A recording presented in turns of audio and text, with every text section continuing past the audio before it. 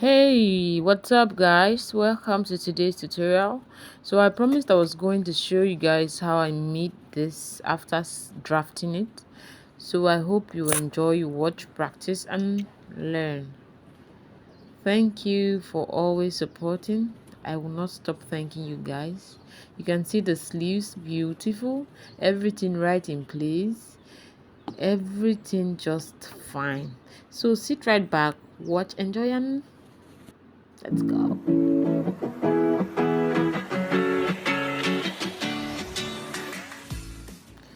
So hello guys, welcome. I'm sure you remember this pattern by now in my other video. So these are the materials I'll be working with. This is Dodgers, and I'll be using this as a lining. Then this is my net for fullness. So I'll just go ahead now and cut out this into, this was cut on this was cut without folding, so I'm going to cut out two of this. This is for the back, two of this too for the back. Okay, so let's go there. So my material is right on fold.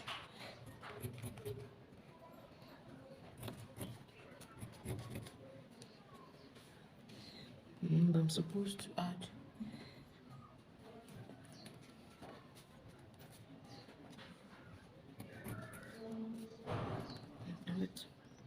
So I'm going to go ahead now and add my ½ inch allowance all through.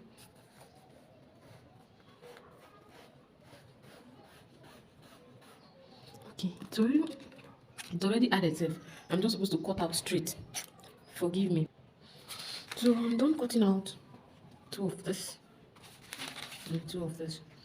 So for the collar, the lapel, whatever, I'll simply go ahead now and cut out the lining, but half of it here, like I marked here, for this will be the main material, then half of it will be the lining. This is so when it flips over, you won't be seeing the lining. So I'll just fold this in.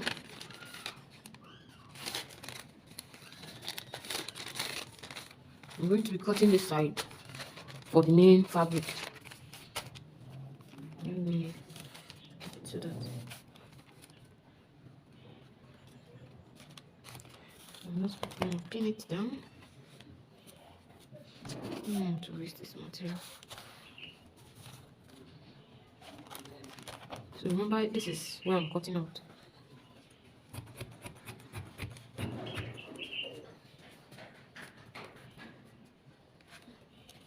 I did not add my allowance, so I need to shift a bit again. So we're joining allowance.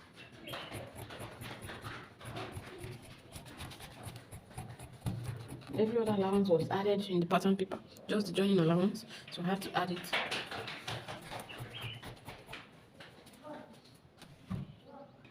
So I'm done cutting out the other part.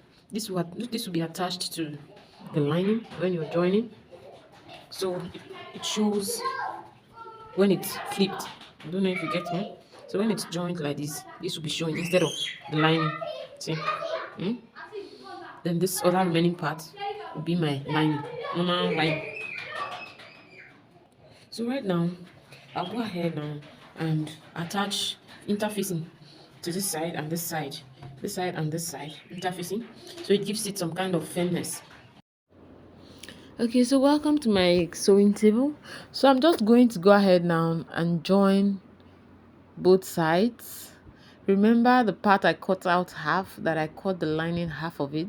So I'm going to join it just like I'm doing right away. So I'll join both the front, the back, every part that needs to be joined. So right now I'm joining the inside, the inner one, the one you flip over to see the shawl collar. I don't know if you understand my grammar.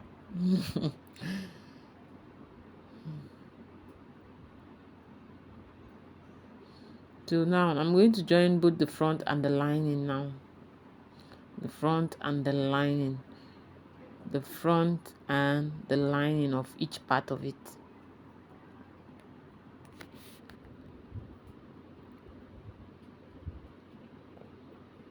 So guys, if this is your first time tuning into our channel, please do well by subscribing, like, comment, share. If you have any problem, just ask the question. If it is something I can do, why not? If not, turn on your notification bell in case of any upload. Thank you. So after joining both sides, I went ahead to join the shoulder, the assumed shoulder, where we'll be forming the collar from. This is the collar. Sorry, I'll go ahead and join the collar. So I've joined the collar. I'll now flip over. You can see. So if you have a pressing iron close by, it is advisable you iron it out. So if you remember the part there where I measured out from the other neckline, I will now go ahead and join my back bodies individually, the front separately, the lining separately, the back separately, the lining separately. Sorry. So after joining it on my desired zip line, I'm going to run a loose stitch on this zip line because I'll still loosen it to some certain point. So I ran a loose stitch on it. After running my loose stitch, I'll now go ahead and join it to the back, to the front bodies, that neckline, that place that looks like you.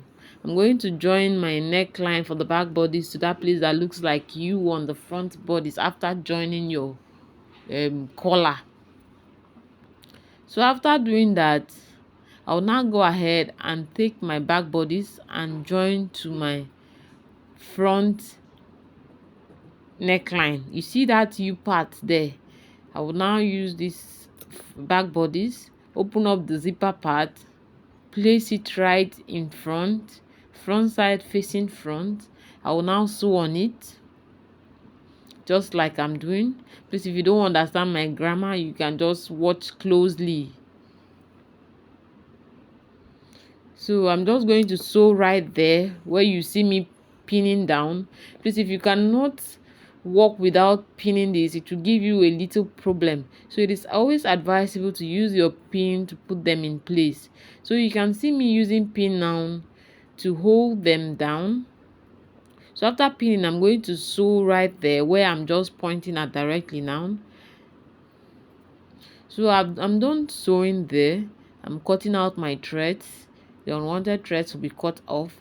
Then I now place the lining part of it on the other side where I'll be using to turn my front part. You can see, you see, this is covering every so that is not needed. So you can see I equally pinned down the back bodies that I'll be using to turn my front part. So I'm just going to sew like I did for the back, the main material of the back bodies.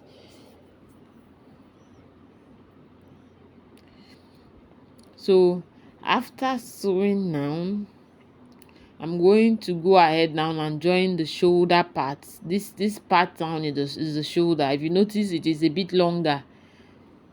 This is the shoulder part.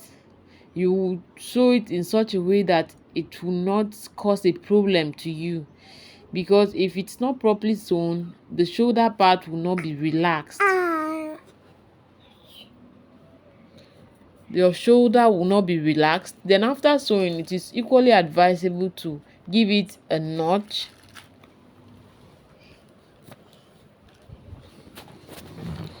It is advisable to notch properly so it lays flat. After notching, after sewing, it is also advisable to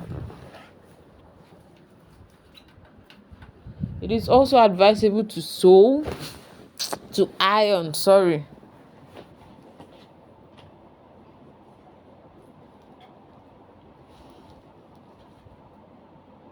So you cut out any one that looks like it's going to cause bulkiness, then you notch. After notching, you now flip over and iron. If you notice it's not laying flat like this, it's either you loosen and resew, or, well, I don't know, maybe when you iron it can lay well, but it has to be laying flat just like this. Then after this, I'm just going to go ahead now and press open every part. This is very important. Press open every part.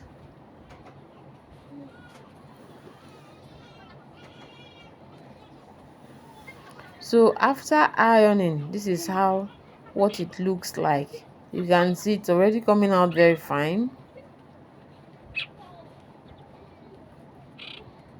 So this is how the collar should look like after pressing.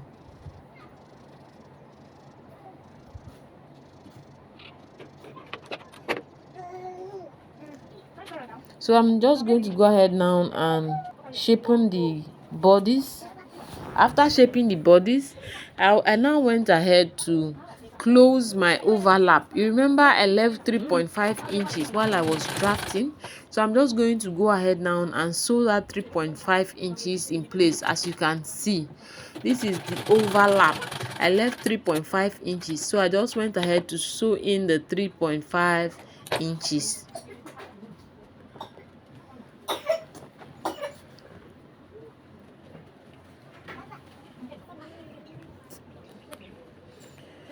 So right now I'm going to go ahead now and loosen the loose stitch I made on my zipper part and stop it at around 2 inches from the neckline. You can see you're going to leave out 2 inches from your neckline.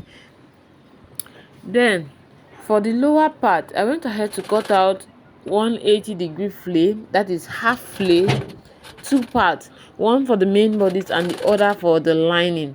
So on the lining part, I went ahead to sew my net just like I always show you guys.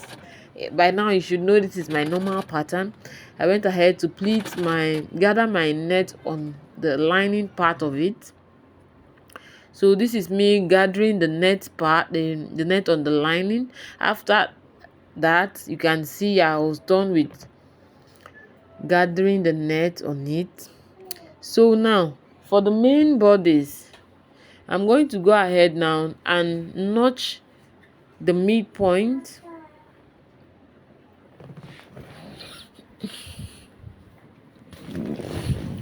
I went ahead to notch the midpoint. Remember, for your lower bodice, you are expected to cut out a very wide waist. Like the waist I worked with here, so was supposed to be 7 inches when you're measuring from the corner, 7 inches, but I used as much as 11 inches. If I had enough material, I would have still used more, because the wider the waist, the fuller the dress. So now I went ahead and did a pleat in the middle. As you can see, I did a big pleat in the middle. So after pleating in the middle, I went ahead to sew on it to maybe like 5, 6, 7 inches, whichever way you want, depending on how long you want it sewn. If you remember the picture, I did not show you guys how I sew it here, but from the picture you would notice that I sew on it where those buttons are. So after that, I went ahead to do tiny box pleat on the dress.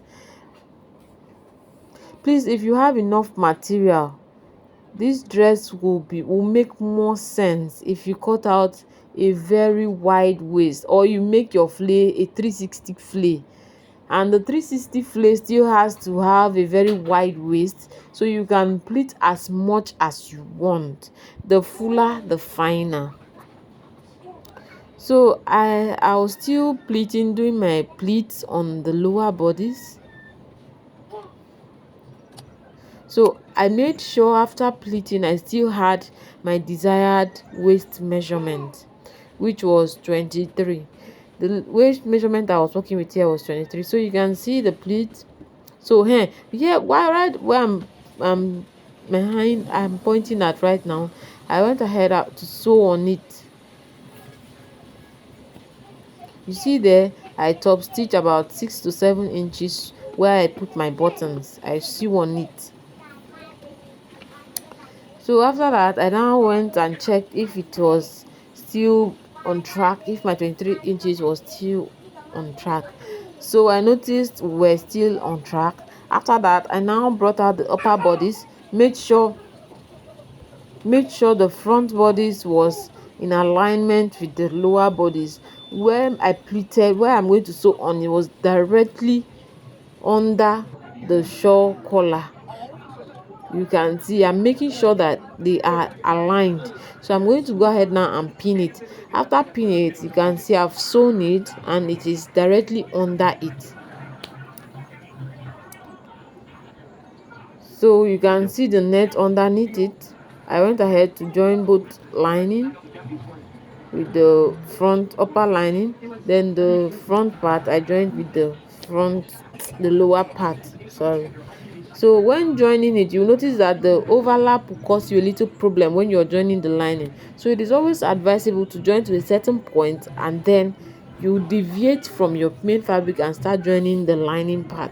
That is the only way you can succeed in getting a neat finishing if you must follow this pattern. So right now it is time for us to do our sleeves. Join the back bodies, construct the sleeve. So right now I'm trying to draft out the sleeve. I went ahead to cut out the normal sleeve pattern. The sleeve length I'm working with here is 6 inches. Then her round sleeve is 8 inches. So I went ahead to mark out 6.5 inches. I added half inch for joining. Then the sleeve length, the round sleeve 4 inches, 8 inches I divided by 2 4, but I used 5 inches in this case.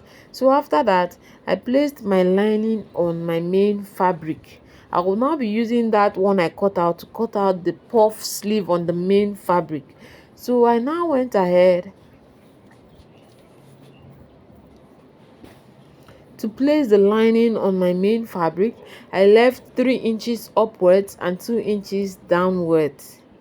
This is to enable it create that fullness, that puffiness. So you can add as much as you want depending on how full you want your puff.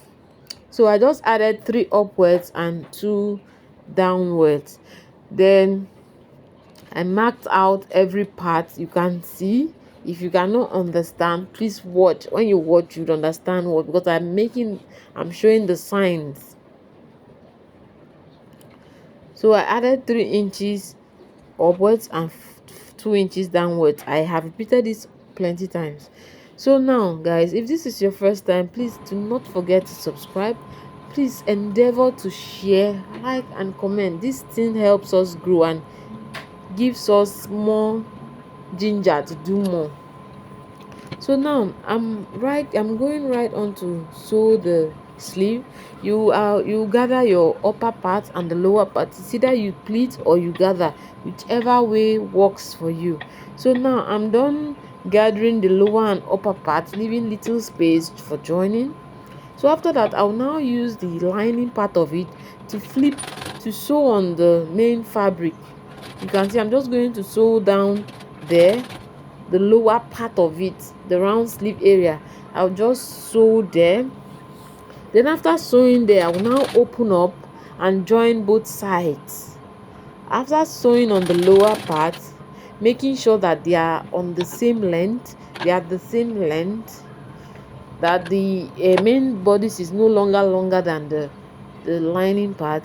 After doing that, I'll now open up and join the sides, front side facing front side, just like you can see now. So after doing that, I'll now mark out the round sleeve measurement, which is 8 divided by 2 4. I used 4 inches here. So I'm just going to mark out 4 inches, mark out my armhole length, which I used 6.5. You can see her round sleeve is 13, so I divided by 2, which is 6.5. So I'm just going to sew there, close it up and flip it open and turn it inside out.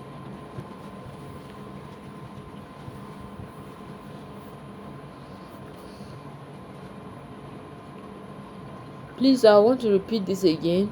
If you have enough material, it is always advisable to cut out your flay in, make the waist very wide. You can cut double of what you had after dividing by 3.14.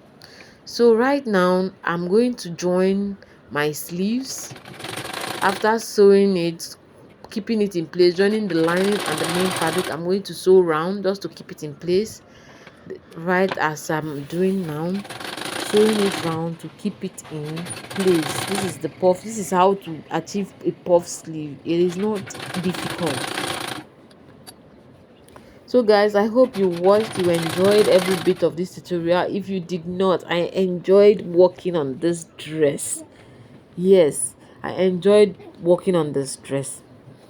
I hope my client likes it. I know she will, even though the measurement was sent. So now I am going to join my sleeve to the main dress. After joining my sleeve to the main dress, I'll now go ahead and attach the zipper. So I'm done joining my sleeve to the main dress. As you can see, it's so beautiful. It is beautiful. It is beautiful. What? Haba, please give me high five, I beg. So now it's time to join the zipper, and after that I'll now go ahead and hem the lower part, and that is all. So you can see I'm done joining my zipper. Our dress is ready. Thank you guys for watching. God bless you.